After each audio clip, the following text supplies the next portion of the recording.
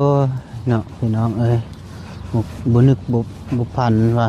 เพิ่นสิเฮ็ดจังซี่ไปยินแข็งยินแข็งเพิ่นบ่ได้มาอีกบ่แมลงว่าว้าวสมสะใจในปากเราเนาะว่า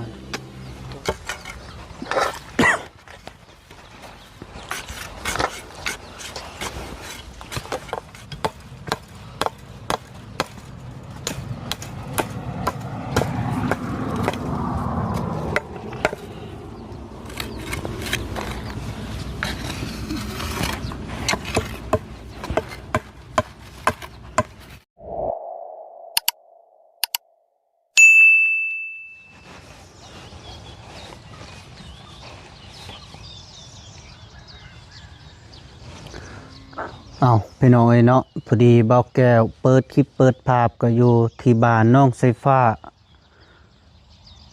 คือเก่าพี่น้องเอ้ยเนาะกะเบาแก้วก็ขึ้นมาแต่เช้าๆพี่น้องเอ้ยเนาะพอดีตอนนี้ก็เวลาก็ประมาณอยู่5 โมงพี่น้องเอ้ย5 โมง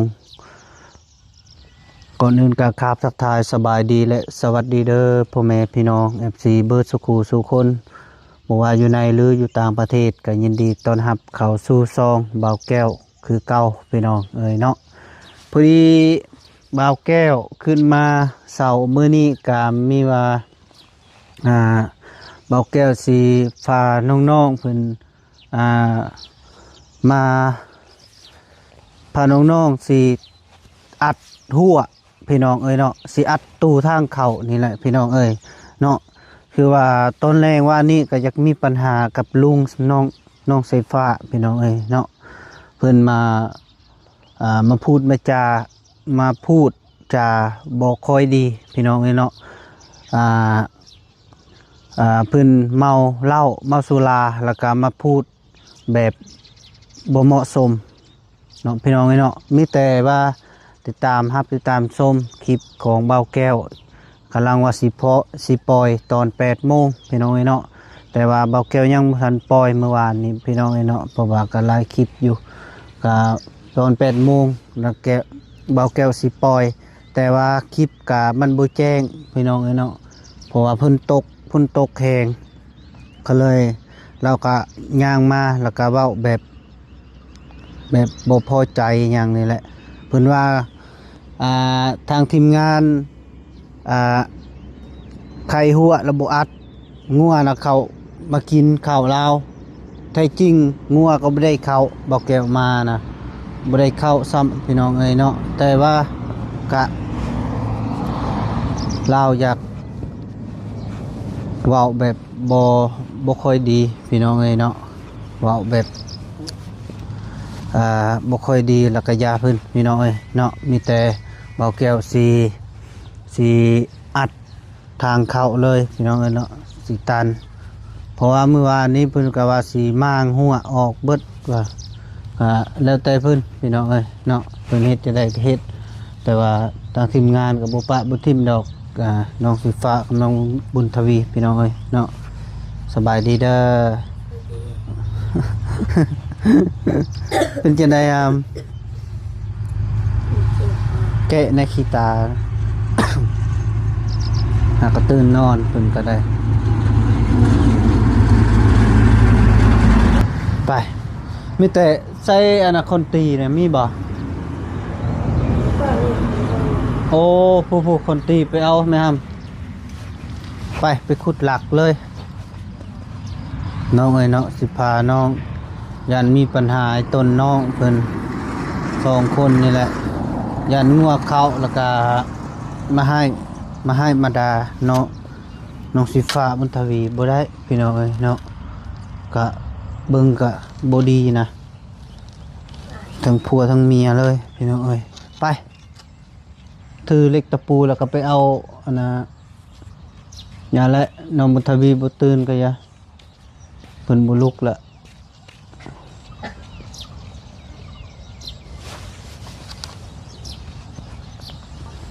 มีแต่ชื่อตอกอัดเลยพี่น้องเอ้ยเนาะ ส่งหา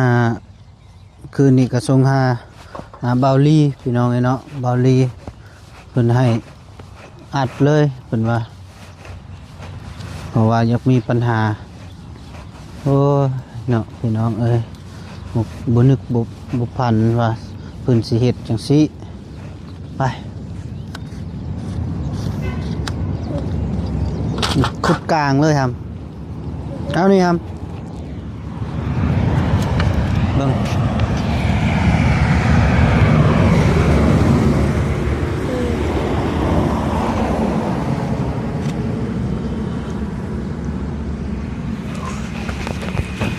ใส่หลักเดียวก็พอ เลย ไม่ติดเราตอกอัดเลยสบายดีเด้อพ่อแม่พี่น้อง FC เบอร์สุขูสุคนเนาะแล้วก็เบาแก้วพาน้องสิฟ้าอัดตูหัวเลยพี่น้องเอ้ยเนาะเพราะว่ากะยานลุงเพิ่นบ่พอใจคือเมื่อวานนี่เลยพี่น้องเอ้ยเนาะก็มาให้มาด่าบ่ได้พี่น้องเอ้ยเนาะมีต้นน้องเพิ่น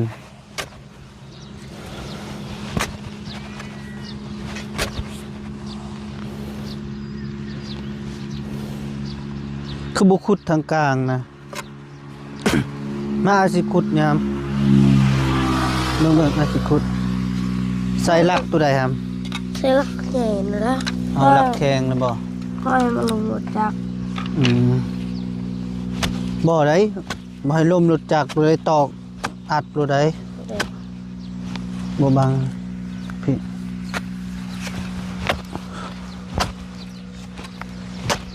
ที่สั่งคือแข็งแท้ครับ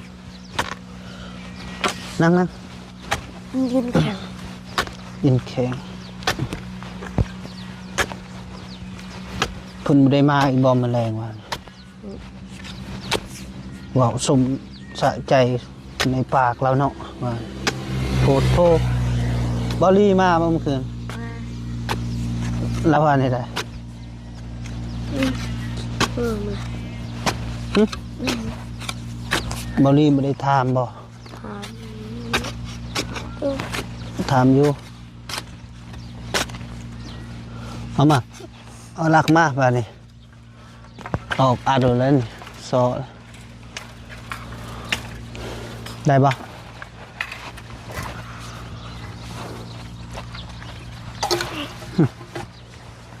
โอเคทุบอ้าวทุบ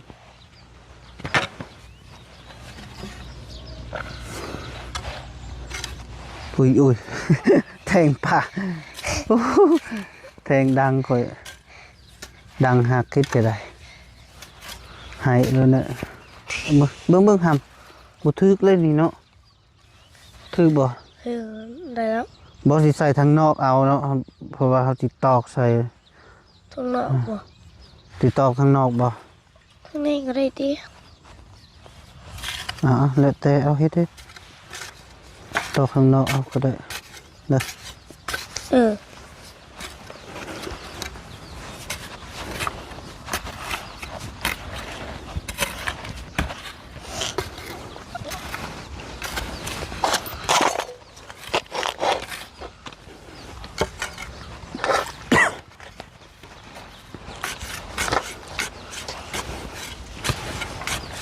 เฮ็ดจุบดีได้เฮ้ย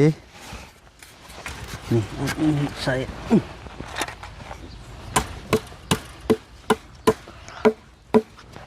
จับดูครับ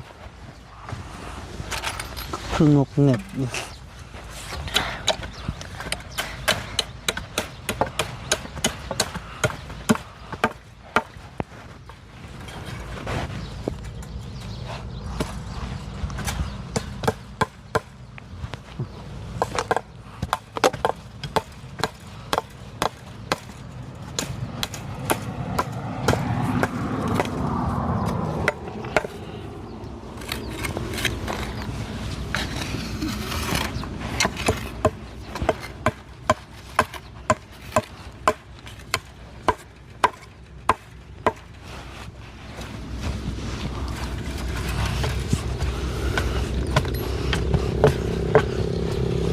ได้อยู่ติ เออ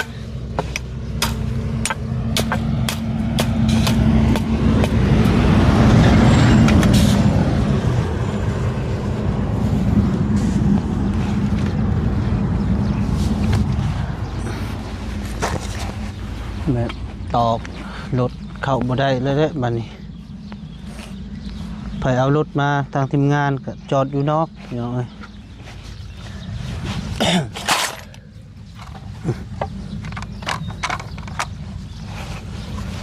ใส่จับนี่เอาลิกเกา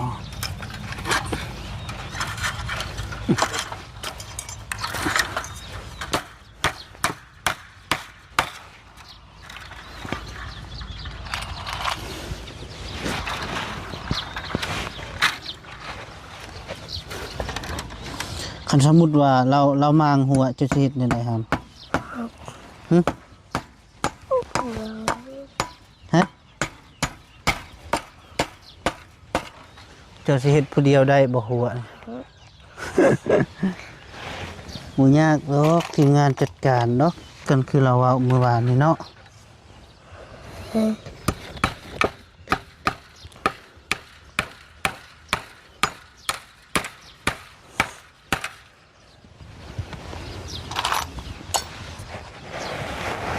ใส่บ่อหลัดพ่อติ พอแล้ว เพราะว่าเฮาบ่ได้อันเนาะ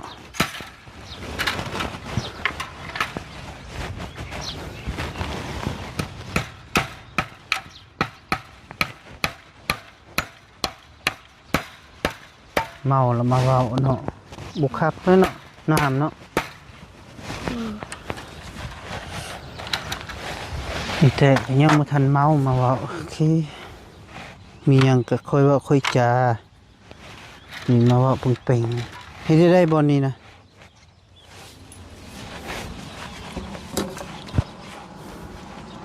อันเนี้ย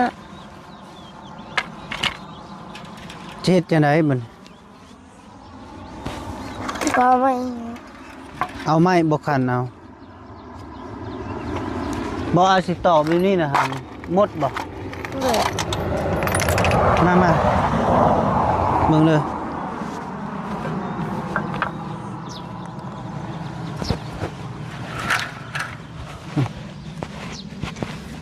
เอาสิตอกกันเลย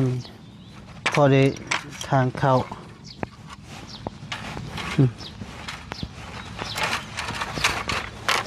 เดี๋ยวนี้เอาเนาะ จับ เนี่ย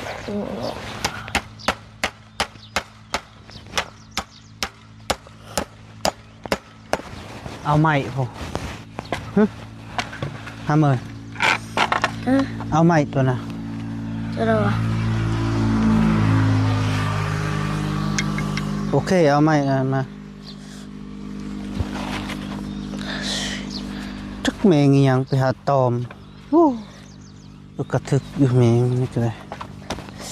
กู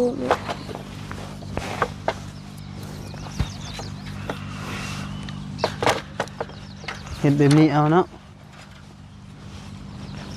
เนี่ย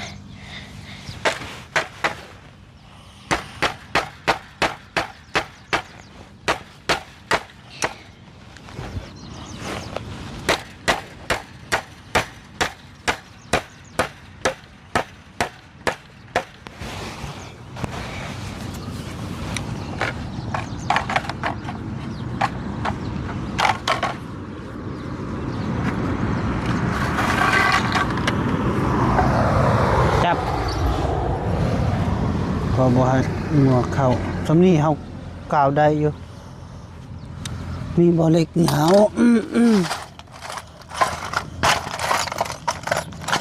เอาข้ามได้นะพอ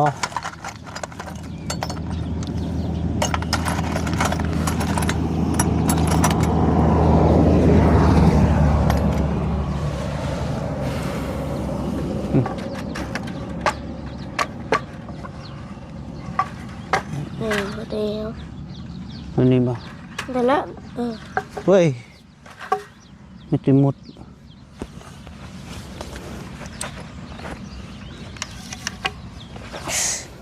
ตัวนี้ออกเอามาเท นี่ พอดี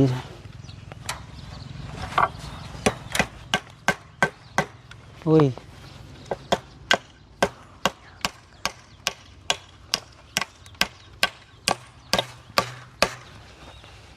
โพดโพดิหมุดนี่มาที่ใส่วะ เด็กหวยไหมเงินเด้งดิน ตัวนี้คือบุญหยัดสินี่กินนี่โอ้ยเหล็กมันสิบุซอดนี่ซอดบ่ ตัวซอ หึ เล็กไปหน่อยซอเล็กกระปูนะซอจะไปนะ อันติดตาได้ตายเอ้ย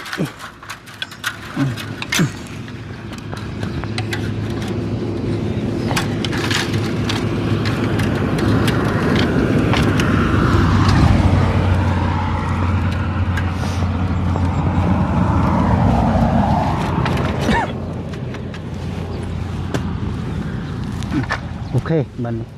ได้ติบัดนี้เนาะ ตัวไป เก็บปะตัวนี่คือหมด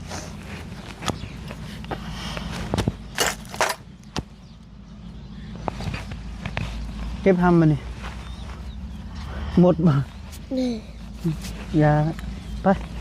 โคตรจะขั้นมันครบเลยอะไรกัน เลยเอาพี่น้อยเนาะถือว่าก็เรียบร้อยแล้วอัดพอดีหัวนี่ถือว่าอัดไปเลยพี่น้องเนาะเพราะว่ารถเข้าบ่ได้แล้วมีแต่การทีมงานมาแล้วก็จอดคือบอกแก้วจอดนี่แหละพี่น้องเอ้ยเนาะจอดข้างนอกเอาแล้วก็ย่างมาก็บ่อยากมีเรื่องบ่อยากมีปัญหากับลุงน้องสีฟ้าเพราะว่าเมื่อวานนี่ก็มาเว้าแบบเมาเหล้าแล้วมาเว้าตอนเมาบ่เห็นมาเว้าเนาะพี่น้องเอ้ยเนาะที่แท้กับตอนยังบ่ทันเมาสิมาเว้าจริงๆถึกหลักการนี่เมาแล้วมาเว้าไปตัวที่บ่อยากเข้าใจแต่เฮาก็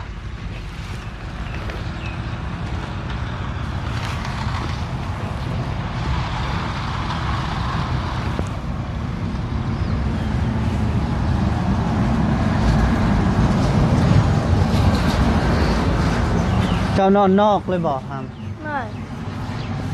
มาพี่บ่เนาะครับ ยัง ฮะ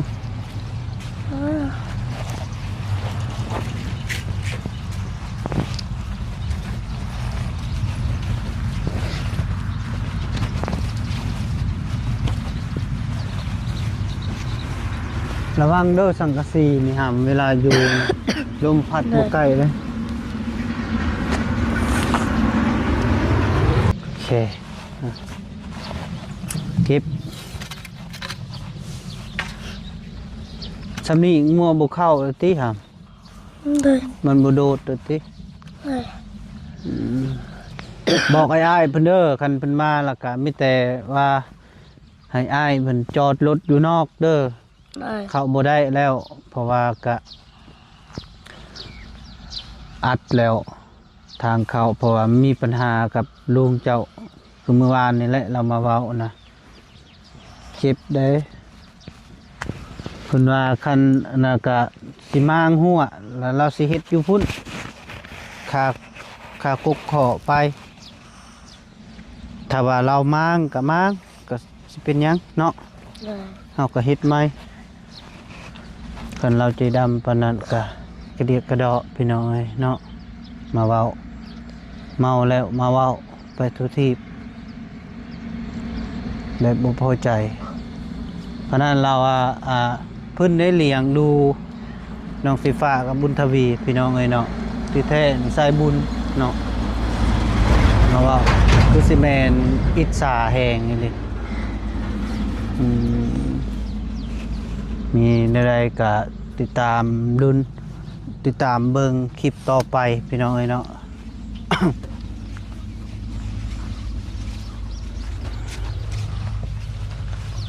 เราบริกรรมมาเว่าอีกบ่หวาน เออ อืมอืมอืม จับดีๆทำเอ้ยถือขึ้นหน่อย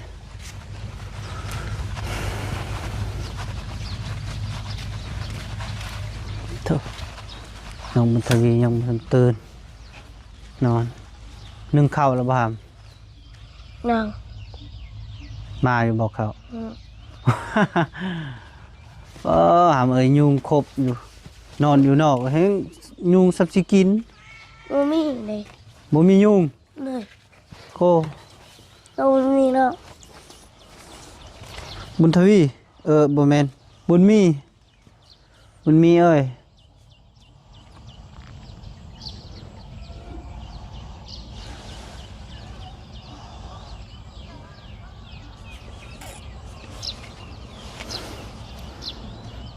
ว่าสินอนต่ออีก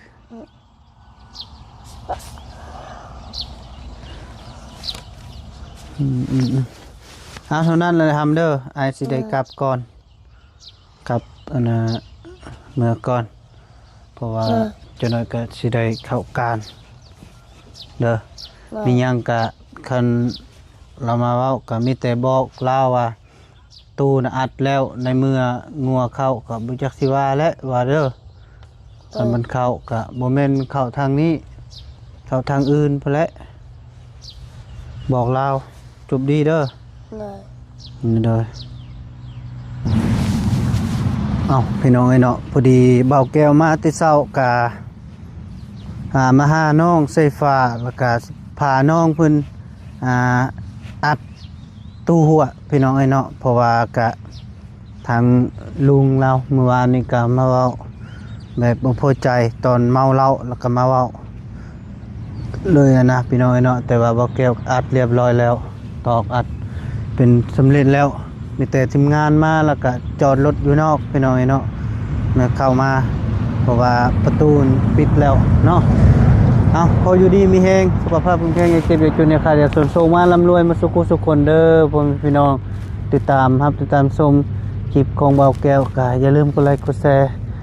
โดยบ๊ายบาย